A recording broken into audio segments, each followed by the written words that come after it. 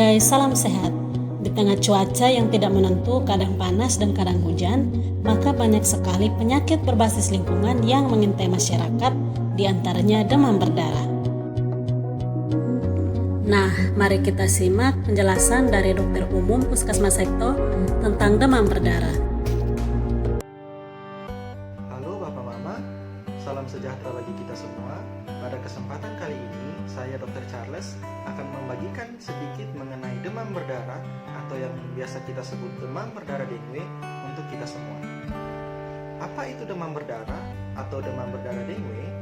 Demam berdarah dengue adalah penyakit yang disebabkan oleh infeksi virus dengue.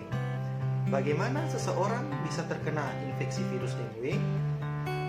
Seseorang dapat terkena infeksi virus dengue yaitu ketika nyamuk Aedes aegypti menghisap darah orang yang di dalam darahnya terdapat virus dengue, kemudian menularkan virus dengue itu kepada orang lain ketika nyamuk Aedes aegypti tersebut menggigit orang lain, sehingga dalam darah orang tersebut akan juga terdapat virus dengue.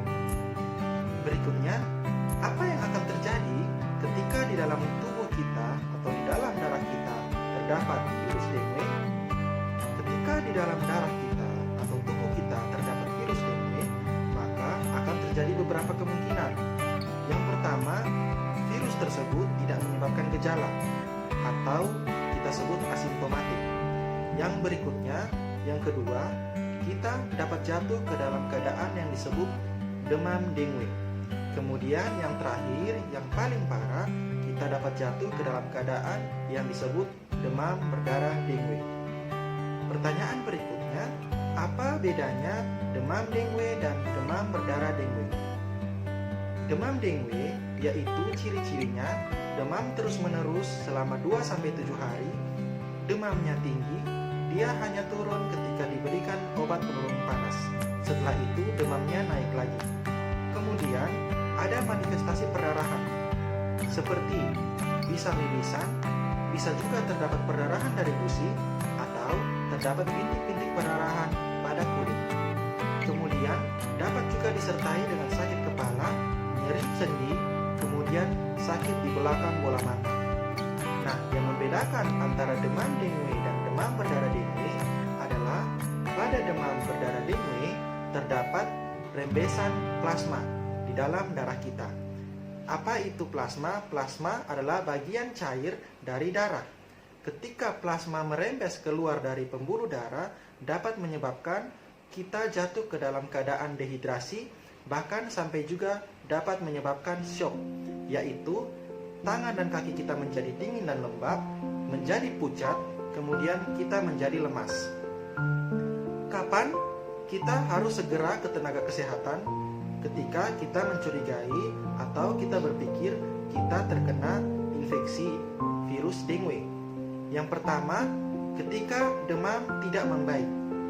Kemudian, terdapat kesulitan untuk minum, terutama pada anak-anak. Yang berikutnya, ketika terjadi muntah terus-menerus. Kemudian, menjadi lemas, terutama pada anak, dapat juga disertai dengan pucat, tangan kaki menjadi dingin dan lembab, atau terdapat manifestasi perdarahan seperti mimisan, perdarahan dari gusi, buang air besar menjadi warna kehitaman, atau terdapat bintik-bintik perdarahan pada kulit. Kemudian yang perlu diwaspadai juga adalah ketika seseorang menjadi jarang untuk berkemih. Berikutnya, bagaimana cara kita melakukan pencegahan terhadap infeksi virus dengue? Kita perlu melakukan 3M+. M yang pertama adalah menguras, yaitu menguras bak mandi dan setiap tempat penampungan air di rumah kita paling tidak seminggu sekali.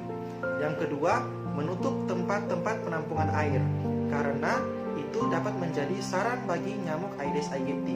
Kemudian yang berikutnya adalah mengubur barang-barang bekas, karena ketika barang-barang bekas itu ada dan musim hujan tiba, air hujan dapat tertampung pada barang-barang bekas tersebut dan menjadi sarang bagi nyamuk. Yang berikutnya adalah menggunakan kelambu saat tidur atau menggunakan lotion anti nyamuk dan juga obat nyamuk.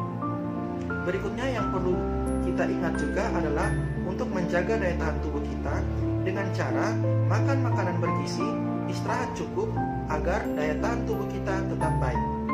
Mari Papa Mama, kita bersama-sama mengajak keluarga kita, tetangga kita, orang sekitar kita untuk melakukan pencegahan 3M+, agar kita, keluarga kita, anak-anak kita, orang di sekitar kita terhindar dari demam berdarah. Terima kasih. Sekian penjelasan tentang demam berdarah. Tetap terapkan perilaku hidup bersih dan sehat dimanapun kita berada, dan selalu ingat 3M+. Stay safe and healthy guys.